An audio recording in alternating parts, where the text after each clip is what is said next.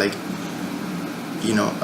which I can't summarize, in 2 or 3 minutes, because I told you I have a serious bandwidth problem over here and a serious corruption problem where she's not cracking down on the corrupt owners of the apartment, and they're not listening because they know that this kid is a fucking slave, and he has no rights anywhere, and he has no means to support himself, because his parents don't even give him enough to go out and fend for himself and make his own money, and they treat him like a burden when the rest of the world is like so happy to see him, and but they treat him like a burden, and they have made him from like a king to like a some to a pauperish state, made him a beggar.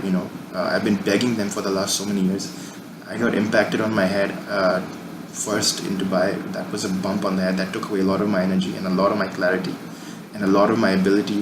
Even before that, I begged them, please, I need to leave this place, and they never gave me any serious answers. They always blamed me. You didn't tell me what to do. You didn't tell me. I offered you a chance. You didn't take it. Like after the bump on my head, none of them said go to the hospital.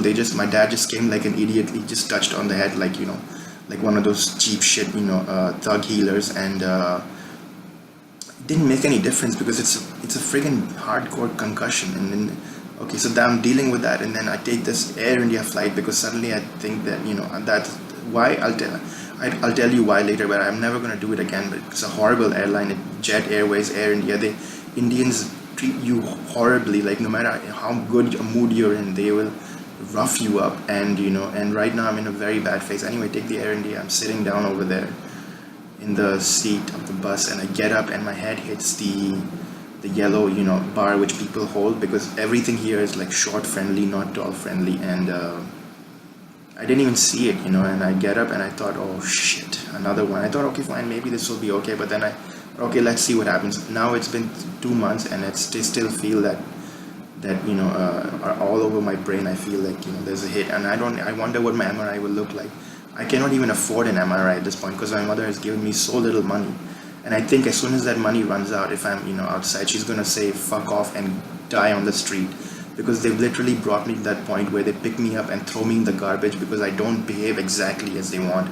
In fact, at the minute I take my pants off or like underwear off and lie down, even the slightest bit of nudity is not tolerated. It was being tolerated earlier, a little bit. Now it is zero tolerance. She's become totally sick psychopath. I'm only able to speak freely when she's sleeping.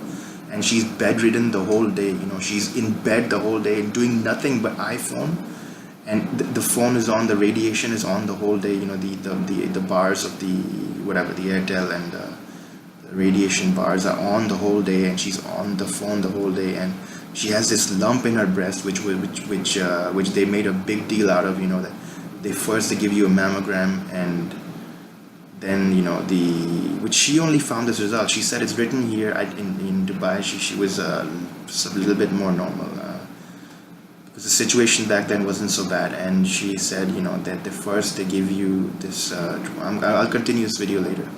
This is part 1. I'll continue it.